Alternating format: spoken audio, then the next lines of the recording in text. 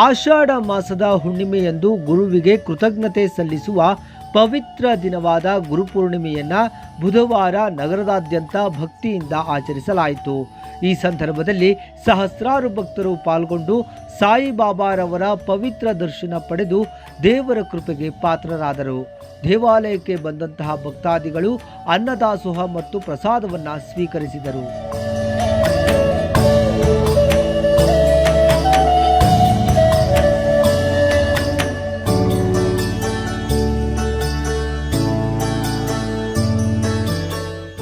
ಗುರುಪೂರ್ಣಿಮೆ ಶುಭಾಶಯಗಳು ಎಲ್ಲ ಜನಗಳಿಗೆ. ಪ್ರತಿ ವರ್ಷ ಆಗೋ ಥರನೇ ಈ ಸಲ ಅಂತೂ ತುಂಬ ಚೆನ್ನಾಗಿ ನಡೆದಿದೆ ನಮ್ಮ ದೇವಸ್ಥಾನ. ಎಲ್ಲ ಜನಗಳು ಭಕ್ತಾದಿಗಳು ಬಂದರೆ ಇನ್ನೂ ಅಭಿವೃದ್ಧಿ. ನಮ್ಮ ಅಮ್ಮವರು ಶಾಂತಮ್ಮವ್ರು ಇದ್ದಾರೆ ಗುರುಗಳು, ಅವರು ಇವಾಗಿಲ್ಲ. ಇಲ್ಲಿ 7,000 ಜನ ಊಟ ಆಗಿದೆ. ಬೆಳಗ್ಗೆ ಒಂದು ಮಧ್ಯಾಹ್ನ ಊಟಕ್ಕೆ ಮುಂಚೆ 1,500-2,000 ಜನ ಆಗಿದೆ. ಈಗ ಸಾಯಂಕಾಲ ಎಷ್ಟು ಜನ ನಡೀತಾ ಇದೆ. ಈ ರಾತ್ರಿವರೆಗೂ ಗೊತ್ತಿಲ್ಲ ಎಷ್ಟು ಜನ ಆಗ್ತಾರೆ ಅಂತ. ನಾವು ಮುಂಚೆನೇ ಎಲ್ಲ ಪ್ರಿಪೇರ್ ಆಗಿದ್ದೀವಿ ಸರ್. ಸಂಜೆ ಏನೇನು ಪ್ರೋಗ್ರಾಮ್ ಇದೆ?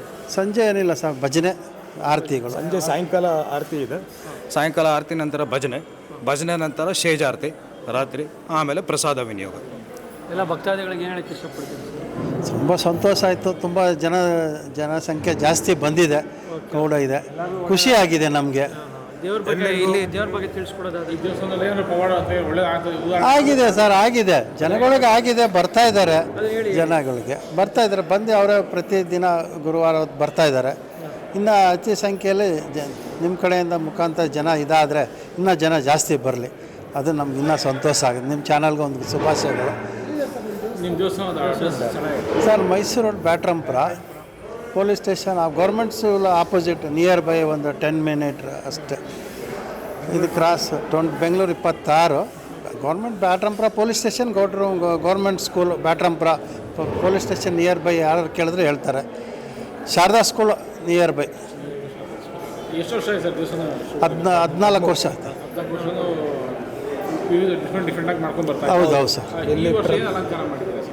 ಇದು ನೋಡ್ತಾ ಇದ್ದಲ್ಲ ಸರ್, ಹೂವಿಂದ ಅಷ್ಟೇ.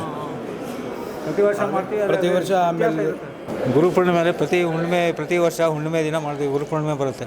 ಅದು ಗುರುಗಳ ಇದ್ರ ಬಗ್ಗೆ ಆರಾಧನೆ, ಇದ್ರ ಬಗ್ಗೆ ಮಾತಾಡೋದು.